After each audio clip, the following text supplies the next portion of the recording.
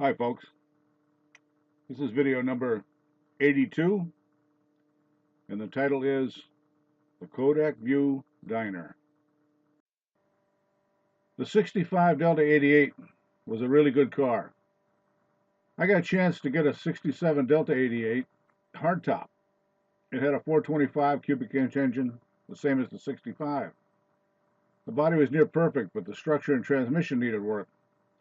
I totally rebuilt the front end on that car. That included the coil springs.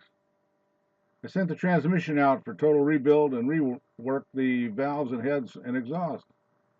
It ran and handled great. We took it on day and camping trips. One day I drove it to work. I was on third shift. Upon leaving the plant, you have to drive up Route 87 to Route 6. Back then there was only a Y at the top of the hill. Now it is modernized with multiple lanes and traffic lights. I had to turn left from the stop sign and proceed west on Route 6. As I turned onto Route 6, which was 2 lanes in each direction, I had to cross over to the far side. There was a tractor trailer parked along the side of the road. The driver must have been having breakfast inside the little Kodak View Diner. The tractor trailer was completely off the road, so when I swung over across the lanes, I went over to the normal right travel lane. Just as I was passing in front of the tractor, all at once I was slammed and pushed sideways.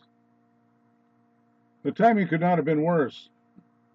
Just as I was passing the tractor, a bread delivery truck driver, whose visibility in my direction was blocked, poked the front of the truck out so he could see just as I was passing. The really good part was that no one was hurt. The bad part, the delivery truck had a big 10-inch wide by 2 or 3-inch sided channel iron bumper. The bumper on that delivery truck impacted the front third of the front passenger side door and tore a 10-inch wide swath all the way back to the bumper. After all the repair and work, the insurance company totaled the car and gave me the market value of $400. The transmission rebuild was $1,200, not counting all the front end and engine work. That would be my last restoration project. I've had no interest in doing it again. My second memorable experience at the Kodak View Diner involved a meeting with an informant. I went to the meet in plain clothes.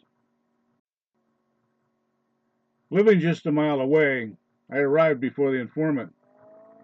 This meeting took place about 2 months before the good old Kodak View closed for good. It was torn down not long after. I make mention of this to create a picture of its condition. Before the informant arrived, I had a nature call. I went into the men's room to take a dump. There was a stall with no door. Well, I took the appropriate position with pants around my ankles and looking straight at the door.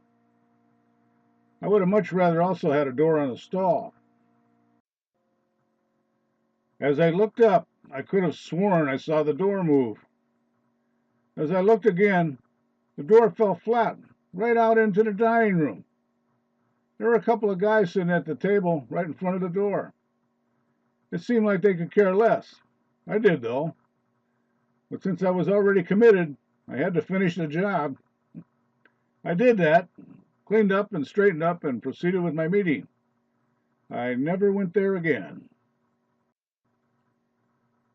This concludes my short story about any interaction I had in and around the old Kodak View Diner. As always, everyone, I wish you all the best.